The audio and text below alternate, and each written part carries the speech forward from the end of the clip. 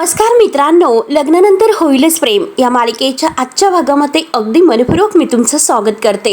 आजच्या ह्या जबरदस्त भागामध्ये मित्रांनो आता खूपच इंटरेस्टिंग भाग आपल्याला बघायला मिळणार आहे. आता नंदिनी रूममध्ये असते आणि ती स्वतःलाच म्हणत असते की वा नंदिनी, तू तर आता पसारेवाल्यांची बायको शोभतेस.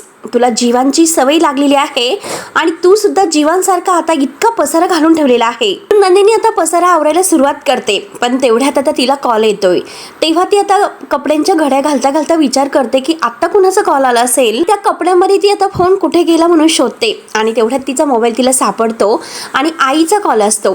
परंतु मात्र आईला मी नंतर कॉल करते असे बोलून ती आता फोन कट करते. त्यानंतर शारदा इकडे विचार करते की नंदिनीने फोन का उचलला नसेल, म्हणून शारदा पुन्हा कॉल करते. आता नंदिनी कॉल पाहते आणि आई परत आईचा कॉल. नक्की आईला एवढं काय बोलायचं असेल बरं? आई महत्वाचं तर आईला सांगायचं नसेल ना, म्हणून आता नंदिनी कॉल उचलते आणि हॅलो असं म्हणते. तर शारदा थोडीशी म्हणजे टेन्शन मध्येच असते आणि ती नंदिनीला विचारते की काय ग बाळा, तू कशी आहेस आणि काव्य कुठे आहे ग? दोघी जणी बऱ्या आहात ना? कारण आता ह्या शारदाला काहीतरी असं म्हणजे हुरूर वाटत असते. त्यावरती नंदिनी म्हणते की आई अगं आम्ही ठीक आहोत, पण नक्की तुला काय झालं, तू असं का विचारतेस? शारदा म्हणते की अगं काही नाही, आजचं राशी भविष्य मी वाचलं आणि त्यामध्ये असं आहे की दुःखाचा डोंगर कोसळेल. म्हणजे त्यामुळे खरंच मला खूप टेन्शन आले आणि तूळ रास आहे, तूळ राशीवर असं म्हणजे दुःखाचा डोंगर कोसळणार आहे. त्यावरती आता हे सर्व ऐकल्यानंतर नंदिनीला धक्का बसतो. नंदिनी म्हणते की तूळ रास तर आई माझी आहे. त्यावरती शारदा म्हणते की अगं पण पार्थची सुद्धा रास आहे ना तूळ, आणि मला खरंच कळत नाही की नक्की काय होणार असेल बरं. जे मात्र तुमच्या दोघांशी निगडित आहे, कारण तुमच्या दोघांमधील दुवा आहे तर तो काव्या, म्हणूनच मी विचारलं. तेव्हा आता काव्याच्या जीवाला तर काही धोका नसेल ना, म्हणून आता याची हुरूर शारदाला लागते आणि ती नंदिनीच्या कानावर घालते. विचारते की अगं नंदिनी, काव्य कुठे आहे? नंदिनी आपल्या आईला आधार देते आणि म्हणते की हे बघ आई, तू काळजी करत जाऊ नकोस, काही होणार नाही आणि असं भलतं सलतं नको वाचत जाऊ बरं. शारदा म्हणते की अगं हे बघ नंदिनी, जीव माझा थारेवर नाही, पण नक्की काही जर वाटलं तुला, जर काही लागले तर तू मला कॉल कर. त्यावरती नंदिनी म्हणते की हो, तू काही काळजी करू नकोस, मी तुला नक्की फोन करेल आणि आई तू स्वतःची काळजी घे. शारदा म्हणते की हो नंदिनी. बाय करून आता फोन ठेवला जातो, परंतु नंदिनीला आता वेगळीच हुरूर वाटते. नंदिनी देवाला हात जोडते, अरे काव्याचं रक्षण कर बाबा काहीतरी करून, म्हणून नंदिनीला सुद्धा आता काव्याची खूप काळजी लागते. त्यानंतर आता इकडे ही वसुआत्या आणि हा विजय यांचे प्लॅनिंगवर प्लॅनिंग सुरूच असतात, काहीतरी काव्याला दुखापत होण्याची. विजय विचार करत बसलेला असतो. वसुआत्या लगेच येथे येते आणि म्हणते की विजयराव. विजय आता हळूच म्हणतो की काय झालं? तेव्हा वसुआत्या म्हणते की काय झालं, तुम्ही इतक्या हळू आवाजात काय बोलतात? त्यावरती विजय म्हणतो की तुम्ही सुद्धा हळू आवाजातच बोलतात. वसुआत्या डोक्याला हात लावते आणि सॉरी असं म्हणते. वसुआत्या म्हणते की नंदिनी आत्ताच घराच्या बाहेर जाणार आहे आणि काव्यात तासाभराने. त्यावरती आता हा विजय म्हणतो की नंदिनीचं जाऊन दे, म्हणजे मला तिच्यात तर काही इंटरेस्ट नाही, काव्यामध्ये इंटरेस्ट आहे मला, आणि तासाभरानंतर तर बेस्टच असेल. तेव्हा आता वसुआत्या म्हणते की काय बेस्ट असेल? त्या मानिनीने मात्र त्या दोघींसाठी ड्रायव्हर नेमलेला आहे, तो ड्रायव्हर मात्र सतत त्या दोघींच्या बरोबर असणार आहे. त्यावरती विजय म्हणतो की हे बघा, त्याची काळजी तुम्ही करू नका, मी बघून घेईल आणि आज मात्र जो काही रक्तपात होईल तर तो घराच्या बाहेरच होईल. आणि त्या काव्याला वाचवण्यासाठी आता तेथे पार्थ नसेल आणि नंदिनी सुद्धा नसेल, आणि नसेल मिथुन भाऊजी नसेल, विक्रम काका नसतील, जे कोणी तेथे नसेल, असं काहीतरी मी आज प्लॅन केलेला आहे. त्यावरती वसुआत्या तर खुश होते आणि म्हणते की हो, तुम्ही जे काही म्हणतात ते नक्की तुम्ही करताल. हे बघा, जे काही तुम्हाला करायचं आहे तर ते मात्र जपून करा. तर ती नंदिनी आणि पार्थ या दोघांना आपल्यावर संशय आहे, म्हणूनच तुम्हाला सांगते की सांभाळून करा. त्यावरती विजय म्हणतो की हो, आणि मी सुद्धा सगळं काही सांभाळूनच करणार आहे, मी त्याची काळजी करूच नका. आज मात्र हे मिशन सक्सेसफुल होईलच. तेव्हा आता वसुआत्या आणि विजय दोघेही खूप हसत असतात. त्यांना असं वाटतं की काव्याचं आज काहीतरी होईल. त्यानंतर आता काव्य ही आता आपल्या क्लासला जायला निघलेली असते. मानिनीला म्हणते की हे बघ, ही छत्री घे, बाहेर एक तर खूप ऊन आहे आणि इतकं उकडतं काय सांगू. त्यावरती काव्य म्हणते की हो आई, इतकं उकडतं, इतकं ऊन आहे, मग टेरेसवर कशाला गेला होतात बरं? त्यावरती मानिनी म्हणते की अगं वाळवण टाकायला गेले होते, साबुदाण्याच्या पापड्या, कुरडई, पापड, आणि आता विक्रम येतीलच आणि लगेच म्हणतील की कुरडई तळून दे, पापड दे, म्हणूनच आणि काव्याला फारच हसायला येतं आणि काव्य म्हणते की बाबा खरंच खूप रसिक आहेत आपले. त्यावरती मानिनी म्हणते की अगं रसिक कसले, खादड आहे एक नंबरचे आणि त्यांची रसिकता सांभाळता सांभाळता नाकी 9 येतात माझ्या. त्यावरती आता काव्य हसते आणि म्हणते की आई चला तर मी येते. मानिनी विचारते की अगं नंदिनी पोहोचली असेल ना, तर काव्य म्हणते की केव्हाच पोहोचली असेल. तेव्हा मानिनी तिला म्हणते की तू सुद्धा सावकाश जा आणि काळजी घे. सॉरी काव्य पण प्लीज अगं समजून घे, मला तुमची काळजी वाटते आणि भीती वाटते. आणि बघ काव्य हे सगळं काही खूप कष्टानंतर जुळून आलेलं आहे, तुला तर माहितीच आहे. आपण सगळ्यांनी मात्र रडून रडून डोळे लाल केले होते. त्यानंतर मात्र हळूहळू करत तुमचं हे लग्न जुळलं. शेवटी तुम्ही मनाने सुद्धा एक झालात आणि आता तर काय माझी 2 नातवंड घरात येणार आहेत. अगोदर मात्र तुमच्या हातामध्ये दुपट्या देतील आणि नंतर रांगायला लागतील आणि मग त्यानंतर दुडुदुडू या घरामध्ये धावायला सुद्धा लागतील. बघ ना काव्य, हा काळा धागा आणि ते ड्रायव्हर वगैरे सगळं काही तुमच्या काळजीपोटी करत आहे मी, प्लीज अगं रागावू नकोस. तेव्हा आता काव्य म्हणते की नाही आहो आई, बघ एकदा की तुझं आणि नंदिनीचं बाळ माझ्या हातात आलं तेव्हा लगेच आता मी काय करेल. काव्य म्हणते की म्हणजे एकदा तुमची काळजी सोडून मी नातवंडांची काळजी करायला मोकळी होईल. हे बघा आई, मी ही गेले आणि ही आले 1 पीस. परत म्हणते की सॉरी आई 2 पीस. मी आणि बाळ लगेच गेलो आणि लगेच आलो. मानिनीला खूप हसू येतं. ती काव्याच्या चेहऱ्यावरून हात फिरवते आणि लवकर हे बाळा कळव असल्यानंतर तेव्हा आता काव्य म्हणते की हो आई. तेवढ्यात मात्र ह्या काव्याच्या हातातील तो धागा आहे तर तो खाली पडलेला असतो. वसुहत्या आता त्या धाग्याकडे बघून हसत असते. तेव्हा आता वसुहत्या लगेच विजयला फोन करते आणि सांगते हे बघा आत्ताच काव्या घरातून बाहेर पडली आणि तिच्याकडे लाल रंगाची छत्री आहे. त्यावरती विजय तर खुशच म्हणतो की आई सेलिब्रेशन साठी तयारच राहा. तेवढ्यात काव्या मात्र आता ही गाडीमध्ये बसते. तिच्या हातामध्ये लाल रंगाची छत्री असते आणि हातामध्ये ती पुस्तक असतात. तर विजय हे सर्व पाहतो आणि लगेच फोन ठेवतो आणि लगेच आता त्या गाडीचा पाठलाग करत त्या गाडीच्या मागे येत असतो. नंतर आता जीवा इकडे कामावर गेलेला असतो. मानिनी त्याचा टिफिन वगैरे देते तर जीवा म्हणतो की हे बघ आई आशाला तू सांग आडगळीची जी खोली आहे ती साफ करून ठेवायला, 4 फूट जागा असेल तिथे, त्यामुळे ती सगळं काही मोकळं करायला सांग. त्यावरती आता मानिनी विचारते की काय रे 4 फूट जागा कशाला लागते तुला. तेव्हा जीवा म्हणतो की आई मी सगळं काही होण्या अगोदर पाळणा घरात घेऊन आलो, एकदाचा मी तो पाळणा अडगळीच्या खोलीमध्ये ठेवून देतो, ते कसं की तुझा जीव शांत होईल. ओके हे बघ आई मी जातो आता. तेव्हा मानिनी त्याचा हात धरते आणि त्याच्याकडे बघत म्हणते की अरे खरंच तू तर खूप छान आणि हँडसम दिसतोय. तेव्हा जीवा म्हणतो की हो का हँडसम, आणि 4 दिवसापूर्वी तर हा ब्लेझर तुला सूट होत नाही असे तूच म्हणाली होती. पण आई अगं मस्का मारताना डिटेल्स विसरू नको. तेव्हा आता मानिनीला गालातल्या गालात हसू येते.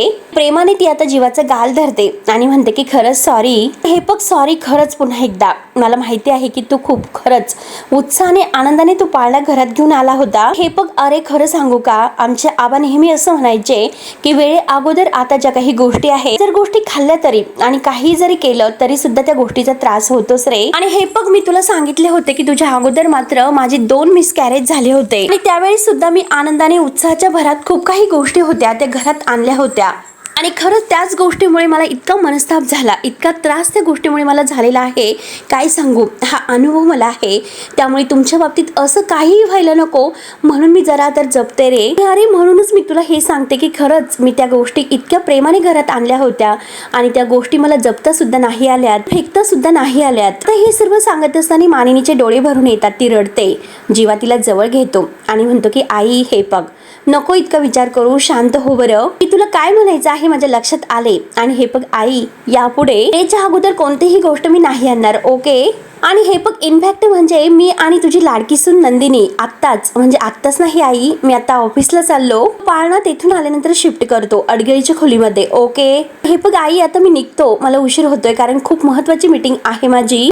म्हणून तो निघणार तोच मानिनी विचारते की अरे पण तू कशाने जातोय, बाईकवरून की गाडीवरून. त्यावरती जीवा म्हणतो की आई तुझी लाडकी सून माझ्यासोबत नाही येत, मी आता बाईकवरून चाललो. तेव्हा आता लगेच मानिनी म्हणते की काय रे मेल्या, तुला काही तुझी काळजी वाटत नाही का. त्यावरती जीवा म्हणतो की खरंच.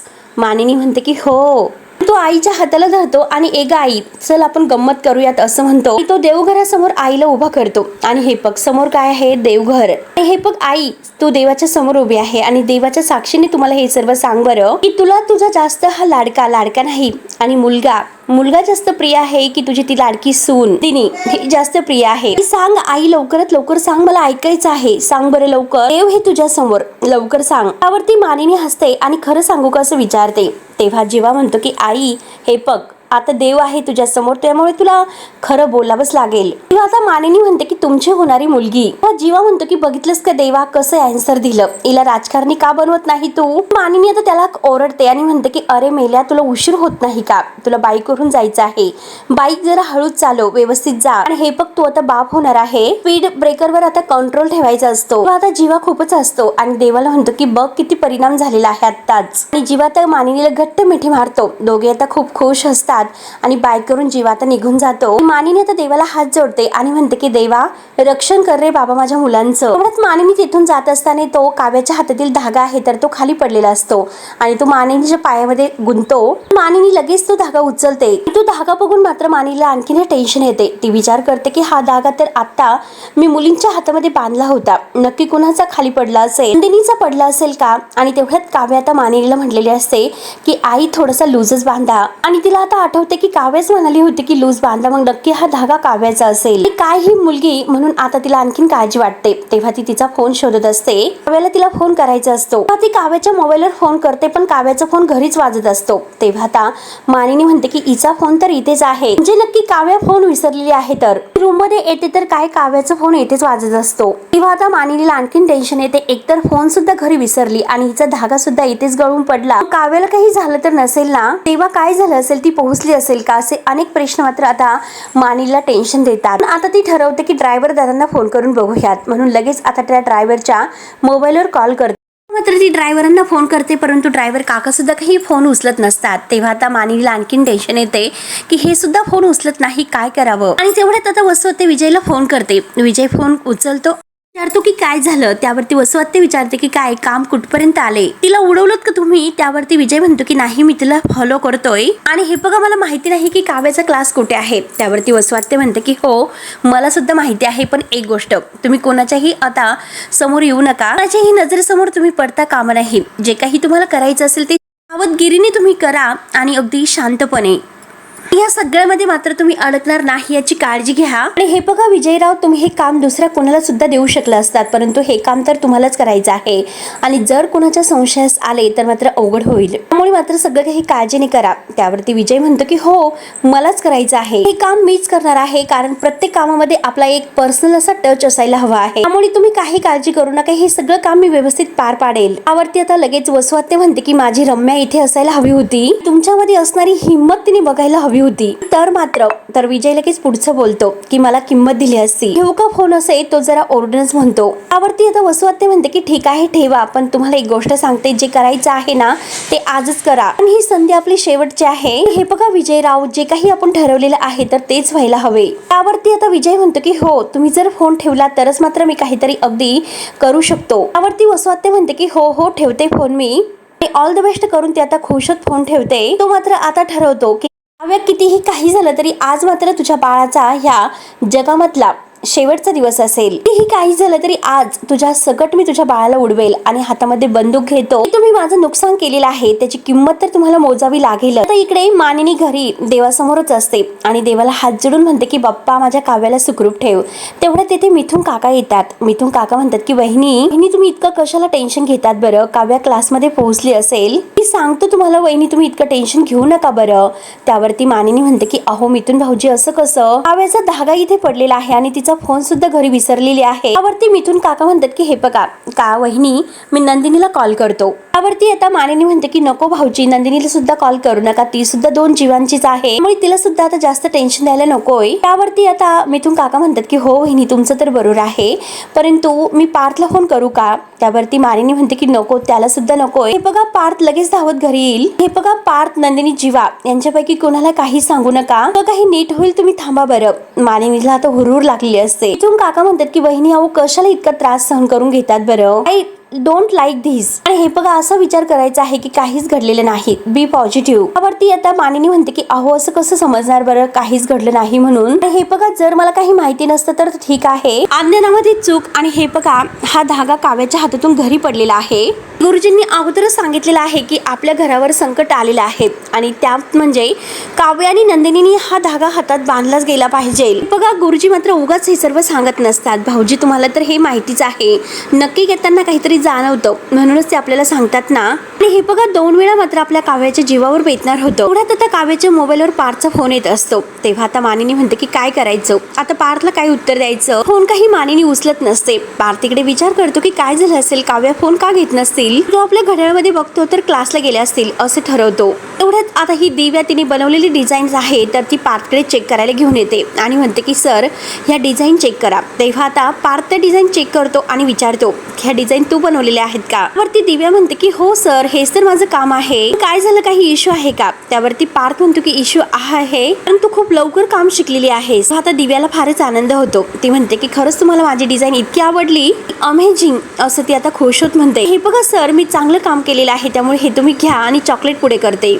त्यावरती आता पार्थ म्हणतो की अगं तू चांगलं काम केलं सर, मी तुला चॉकलेट दिलं पाहिजे. त्यावरती दिव्या म्हणते की सर हे त्याचसाठी आहे, कारण आयत्या वेळेस तुमच्याकडे चॉकलेट कुठून येणार बरं. हे बघा हेच चॉकलेट तुम्ही घ्या आणि मला द्या, ओके. आणि आता पार्थ ते चॉकलेट घेतो आणि तिच्या हातामध्ये देणार. तोच लगेच आता ही दिव्या म्हणते की 1 मिनिट आणि ती त्या दोघांचा चॉकलेट देताना फोटो घेते. आणि पार्थ विचारतो की हे कशासाठी. त्यावरती दिव्या म्हणते की सोशल मीडियावर अगदी माझ्या खास आवडत्या बॉसकडून मला हे पहिलं गिफ्ट. परत म्हणते की सर इसी बातवर आपण जेवण करूयात, लंचचा टाइम झालेला आहे. आता पार्थ म्हणतो की हे बघ तू जर नॉनव्हेज खात असेल तर माझ्याकडे बिर्याणी आहे. आता दिव्या विचारते की सर काय बिर्याणी आणलीत का तुम्ही. खरंच तुम्ही तर माझे सेवियर आहात, मला बिर्याणी इतकी आवडते काय सांगू तुम्हाला. म्हणजे कसं की नॉनव्हेज असेल तर खरंच माझ्या तोंडालाच पाणी सुटतं. तसंही मात्र माझा डब्बा खाण्यासाठी मला खूप बोरच झालं होतं. तर तेव्हा पार्थ विचारतो की डब्यामध्ये तू काय आणलंस. दिव्या म्हणते की साबुदाण्याची खिचडी. आता पार्थच्या डोळ्यासमोर लगेच त्याला तो काव्याबद्दलचा किस्सा आठवतो, कारण जेव्हा आता पार्थ आणि काव्याचे जमत नसते त्यावेळेस मात्र आता काव्या त्याच्यासाठी ही साबुदाण्याची खिचडी घेऊन आलेली असते. तो सीन आपल्या समोर आता क्रिएट केले गेलेला आहे, ते त्याला आठवत असते. त्यानंतर आता पार्थ विचारत असतो तर दिव्या विचारते की काय सर कुठे हरवलात, चला आपला टिफिन आहे तो आपल्याला चेंज करायचा आहे. पार्थ म्हणतो की खरंच मला खिचडी तर फारच आवडते, कारण त्यात म्हणजे माझ्या बायकोनी जर खिचडी बनवली असेल तर त्यात तोडच नसतो. उपास असताना खिचडी खावी, परंतु उपास नसताना मात्र खिचडी नक्की जरूर खावी. खिचडीला मात्र रिप्लेसमेंट नाही. दिव्याला फारच हसायला येत असतं. त्यावरती दिव्या हसते आणि म्हणते की सर या जगामध्ये प्रत्येक गोष्टीला रिप्लेसमेंट आहे. त्यावरती पार्थ म्हणतो की हो असेल परंतु माझ्या आईच्या आणि माझ्या बायकोच्या हाताने जी खिचडी बनलेली आहे तर तिला नाही, तोडच नसते. आता दिव्या म्हणते की थांबा 1 मिनिट, माझी जी खिचडी आहे ना तर तिची टेस्ट करून बघा. म्हणून ती आता 1 घास घेते. पार्थ लगेच म्हणतो की चमचा उष्ट होईल, माझ्या हातामध्ये द्या. आणि परत म्हणतो की हो जमली आहे, छान आहे. त्यावरती दिव्या म्हणते माहिती आहे की तुमच्या बायको इतकी छान मी खिचडी नाही बनवलेली, ट्राय मी प्रयत्न केलेला आहे, इट्स ओके. आता ही दिव्या मात्र 1 घास खाते आणि आता 1 घास खाल्ल्यानंतर म्हणते की सर ही तर बिर्याणी नाही, तुमच्या मम्माने मात्र टिफिन मध्ये भरून सूप दिलेला आहे, सूप टेस्ट किती भारी आहे. विचारते की सर तुमच्या मम्मानेच बनवलेली आहे ना. आता पार्थ हो म्हणतो. दिव्या म्हणते की सर पुढच्या वेळेस मात्र मी तुमच्या मम्माला किडनॅप करणार आहे. पुढच्या वेळेस मात्र मी तुमच्या घरी येईल आणि तुमच्या मम्माला म्हणेल मम्मा ए हात मुझे दे दो. सर चालेल ना तुम्हाला की मी तुमच्या घरी येऊन तुमच्या मम्माकडून बिर्याणी शिकले तर. त्यावरती आता पार्थ खुशत म्हणतो की मोस्ट वेलकम. आता खुशत थँक्यू असं म्हणते. ती पार्थला विचारते की सर आज मला घरी लवकर जायचं होतं, चालेल का. त्यावरती पार्थ म्हणतो की ठीक आहे चालेल. आणि काय झालं, ऑल ओके आहे ना. त्यावरती दिव्या म्हणते की नाही ना हो सर, काही ओके नाही. तर पार्थ हसतो आणि विचारतो की तुमचा रॉबिन तुमच्या आठवणीमध्ये जास्त रमतो का. तेव्हा दिव्याला हसायला येते. लगेच आता दिव्या म्हणते की नॉट फनी, अजिबात फनी नव्हतं हे. दिव्या म्हणते की कसं आहे की काय झालेलं आहे की माझ्या घरवाल्याने मला अचानक घर खाली करायला सांगितले. जे हे बघ अजून रेंट पिरियड सुद्धा नाही संपलेला तरी सुद्धा. तेव्हा लगेच पार्थ विचारतो की घरवाला म्हणजे घर मालकच ना. तेव्हा लगेच आता दिव्या म्हणते की हे बघा सर माझ्याकडे फक्त 1 वीक आहे. त्यावरती पार्थ विचारतो की 1 महिन्याची नोटीस दिलेली आहे ना. तर लगेच ही दिव्या म्हणते की हो तो खूप डेंजर आहे, कारण त्याला कोण नडणार आहे बरं. त्यासाठीच मला घरी लवकर जायचं आहे आणि एकदा की घर बघितलं तर मला शिफ्ट होण्यासाठी मदत होईल लवकरात लवकर. हे बघा सर अहो मुंबईत राहणं खूप अवघड आहे, पटकन घर मिळत नाही आणि एकतर घेतलेलं घर परवडत नसतं, नंतर मात्र नवीन घर नवीन डिपॉझिट त्याचं शिफ्टिंग वगैरे खरंच खूप बोर होतं. या सगळ्याचं सर काय सांगू मी, खूप ट्रेस आलेला आहे. डोक्याला हात वगैरे लावते आणि खूपच टेन्शन मध्ये आहे असं ती पार्थला दाखवते. बघू काय होतं. त्यावरती पार्थ म्हणतो की बघा मिळतं की काय नाही. तर परत पार्थ म्हणतो की नाही मिळेल ना, लवकरात लवकर मिळेल तुम्हाला, हे बघा खाऊन घ्या, खूप काम आहेत असे म्हणतो. त्यावरती आता दिव्या म्हणते की मला तर असं वाटलं होतं, मी असं म्हणताल मला वाटलं होतं की माझ्या घरी राहिला म्हणून ऑफिसमध्ये काम कर आणि घरी माझ्या ऐकून बिर्याणी शिक. मुद्दाम परत हसते तर पार सुद्धा हसत असतो. त्यानंतर इकडे वसू आत्या हा विजयचा कॉल का येत नसेल आणि काय नक्की झालं असेल तिकडे म्हणून टेन्शन मध्येच असते आणि वाट बघत असते. मला हात जोडून म्हणते की देवा, अहो विजयराव माझे जावई बापू आहेत, देवा त्यांच्यावर कोणताही आळ येऊन देऊ नकोस आणि बघ बाबा तेवढं, एकतर किती वेळ झालेला आहे फोन आलेला नाही, एक काम करते मीच फोन करते. पण आता ह्या वसू आत्याला काही चेन देत नसते. ती लगेच आता विजयच्या मोबाईलवर फोन करते. तेव्हा आता विजय ह्या वसू आत्याचा फोन बघून त्याला खूपच चिड येते, पण तरी सुद्धा तो फोन उचलतो. तर वसू आत्या म्हणते की हॅलो विजयराव, काम झाले का? त्यावरती विजय म्हणतो की 1 मिनिट गाडी थांबत आहे, मी फोन ठेवा. तर वसू आत्या म्हणते की ठीक आहे मी फोन ठेवते. आणि वसू आत्याला खूपच आनंद होत असतो. केव्हा एकदा आनंदाची बातमी येईल असं तिला वाटत असतं. त्यानंतर आता मानिनी तर खूप रडत असते. तिला खूप काव्याची काळजी लागलेली आहे. मिथून काका समजतात की वहिनी बास करा, खूप झालं आता, प्लीज रडू नका. किती रडतात तुम्ही, एकतर मला खूप टेन्शन यायला लागलेलं आहे, प्लीज तुम्ही रडू नका हो. आणि तेवढ्यात तिथे वसू आत्या येते. वसू आत्या आता काय झालं अगं, तू का रडते, सगळं काही ओके तर आहे ना? त्यावरती आता लगेच मानिनी म्हणते की तुम्हाला खोटी काळजी आहे असं दाखवू नका. हे बघा वसुताई, प्लीज तुम्ही जा, माझ्याशी आता बोलू नका. तेव्हा लगेच ही वसू आत्या म्हणते की झालं, या घरामध्ये कोणाची काळजी जरी केलं ना तरी सुद्धा चोरीच झालेली आहे. तेव्हा आता मानिनी डायरेक्ट बोलते. मानिनी म्हणते की बाहेरून दाखवायचं की खूप काळजी घेतात आणि आतमधून मात्र तुमचा खरा स्वभाव माहिती नाही का आम्हाला. तेव्हा लगेच आता वसू आत्या म्हणते की काही जरी झाले तर काव्याच्या बाबतीत मीच वाईट केलेलं आहे असं तुला वाटतं. आणि काय ग मानिनी, असं तुला का वाटतं बरं? काव्याचं नाव घेतल्यानंतर मानिनीला धक्काच बसतो. ती लगेच वसू आत्याला विचारते की तुम्ही काव्याचं नाव का घेतलं? हे बघा मी काव्याबद्दल काहीही सांगितलेलं नव्हतं, माझं रडण्याचं नाव काव्य आहे, तुम्हाला कसे कळाले? आता वसू आत्याला काय उत्तर द्यावं ते काही कळत नसतं. ती म्हणते की नाही मी असं आपलं. मानिनी विचारते की असंच कसं, तुम्ही काव्याचं नाव घेतलंच कसं, अडखळल्यासारखं का बोलतात? म्हणजे वसुताई तुमच्या डोक्यात तर काही नाही ना? आता मानिनी खूप रडत आहे आणि म्हणते की हे बघा प्लीज, आता जर काही तुम्ही प्लॅन करत असेल तर आत्ताच्या आत्ता थांबवा. मी तुमच्या समोर पदर पसरवते. माझ्या मुलांचं नाही, माझ्या सुनांचं नाही, तर त्यांच्या आयुष्यात येणाऱ्या बाळांचा प्रश्न आहे. जर काही तुमच्या डोक्यात असेल तर प्लीज वसुताई थांबवा, असे बोलून ती मात्र आपला बदर धरून खूप रडत असते. तेवढ्यात काव्या घरी येते. काव्या घरी येऊन मात्र आईला बघते आणि आई असं म्हणते. तेव्हा मानिनी आता मागे वळून बघते, परंतु काव्या घरी आल्यानंतर वसू आत्याला तर फार मोठा धक्काच बसतो. तेवढ्यात आता मानिनी धावतच येते, काव्याला घट्ट मिठी मारते आणि विचारते की काव्य तू ओके आहेस ना, तुला काही झालेलं नाही ना? त्यावरती काव्या म्हणते की आई शांत व्हा, काय झालं, तुम्ही इतकं पॅनिक का होतात, का रडतात तुम्ही इतकं, काय झालं बरं? आणि आई तुम्ही असं का विचारतात की मला काही झालं वगैरे नाही ना? आता मानिनी तू धागा दाखवते आणि तुझ्या हातातील हा धागा इथे पडलेला होता असं सांगते. हे बघ काव्य, मला काही ऐकून घ्यायचं नाही, मी तुला सांगितलं होतं की हा धागा किती महत्वाचा आहे. अगं हा सुरक्षा कवच धागा आहे, हा धागा पडायला नको, तुला कळत का नाही काव्या? तेव्हा वसू आत्या शॉकूनच बघत असते. हे बघ आता मला काही ऐकून घ्यायचं नाही, सकाळी तूच म्हणाली होती की मला लूज बांधा, पण आता मी टाईट बांधणार आहे. सकाळी जर टाईट बांधला असता तर तो पडलाच नसता. आणि कळतं का काव्या हा किती महत्वाचा आहे? आणि जाऊन दे हे सर्व, तुझा हात दे बरं. म्हणून मानिनी तिचा हात पकडते. बघते तर काही काव्याच्या हातामध्ये तो धागा ऑलरेडी बांधलेला असतो. तेव्हा आता मानिनी म्हणते की अगं धागा तर बांधलेला आहे. काव्य म्हणते की हो आई, म्हणजे हा धागा तर नंदिनीच्या हातातील आहे. तर तेव्हा आता मानिनीला आणखीन धक्का बसतो आणि तेवढ्यात आशा तेथे येते. आशा म्हणते की वहिनी हा ड्रेस बघा, याचा डागच जात नाही, काय करू बरं? आणि तेवढ्यात आता मानिनीला मात्र तो धागा बांधता वेळेस नंदिनीच्या आता तो ड्रेस तिने घातलेला असतो आणि तो ड्रेस तर आता नंदिनी घालून गेलेली आहे, म्हणून आता हा ड्रेस इकडे धुवायला कसा, असं ती काव्याला विचारते. तेव्हा आता काव्या म्हणते की हो आई. आणि आशा म्हणते की सकाळी माझ्याकडून एक गडबड झालेली आहे. आशा मात्र जेव्हा नंदिनी कामावर निघलेली असते तर तेवढ्यात घाईने ज्यूस वगैरे घेऊन येते आणि धक्का लागल्यामुळे आता तो सगळा काही नंदिनीच्या अंगावर ओढणीवर सांडतो. नंदिनी म्हणते की आशा काय केलंस तू, एकतर मला ऑलरेडी उशीर झालेला आहे आणि त्यात म्हणजे आता हे चेंज करायचं.